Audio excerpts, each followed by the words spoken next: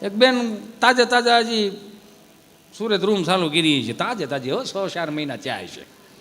તો કોઈક બીજા વાહે નવા રહેવા આવ્યા છે. તો એ થોડોક મિત્રતા સારી થઈ ગઈ. તો ઓલા બેન ત્યાં ઓટલે કંઈક મગહમા કરતા છે, હુપડે દેહમાં થાય હોય ને બાય મોકલા હોય, બાદ મોકલે ને બા જીવતી છે એટલે મોકલે છે, નકર આવે છે યો વિમલના ઠેલા.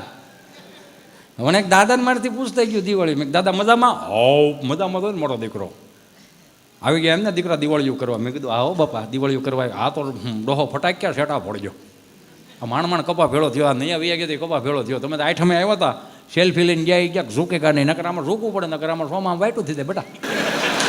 આ મોલે હાથમાં ન આવે, માલ હાથમાં ન આવે, આમાં વાઈટું થઈ જાય. આ સમજાય નહીં હોય અમુકને તો ઉપર જ જાય. મેં ઠીક છે હવે આવે હશે ભાઈ, આવો ને સુરત અમદાવાદ મુંબઈ આવો, અમારા છોકરાઓ છે અહીંયા.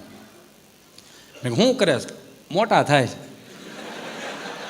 આ બધાને નહીં સમજાય મોટા થાય છે. કેમ મોટા થાય છે? કે તો ઘઉં અહીંથી જાય, બાજરો અહીંથી જાય, તેલ અહીંથી જાય, ઘી અહીંથી જાય, બકાલું અહીંથી જાય, લોનના હપ્તા અહીંથી જાય, છેલ્લે બાકી સાહે અહીંથી જાય. મેં સાહેમાં 5 લીટરના બવણા મોકલતા. ના હવે ક્યાં બવણા જાય છે, હવે કિલિન્ડરને એ જ ના પડતે, સાહે ઝલકાય એ ન મેળાવે, બસ ગંધાય. તો મેં હવે હેમાં મોકલો? એ કે ઓલા 1.5 લીટર પ્લાસ્ટિકના ભંભા નથી આવતા, એ ભંભામ સાહે નાખી દે, ઢાંકણો દે દે, સીધો મુંબઈ. કીધું એ સારું કહેવાય. લ્યો તમારા ગામડામાં પ્લાસ્ટિકના ભંભા મળી રહે? ના જ્યાંથી ખાલી થતા હોય ત્યાંથી જ આવે ને.